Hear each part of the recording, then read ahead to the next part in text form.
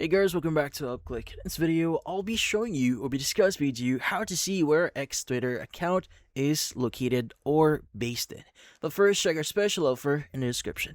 So, let's get started.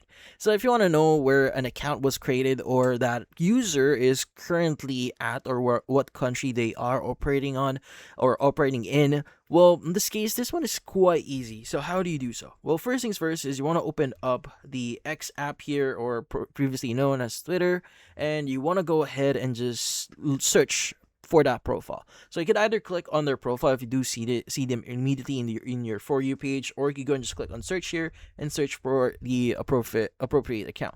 But once you are in here, sometimes in some apps or in certain profiles, you should be able to see immediately here where they're based on. So you should see a location. But in some cases, if you don't see that, you just need to click on the joined date that you see there. So let's go and just click on it, and it will show you where their account is based on. Now, for example, this account is based on the United States, and that's where their account was created, or it's actually operating on or in.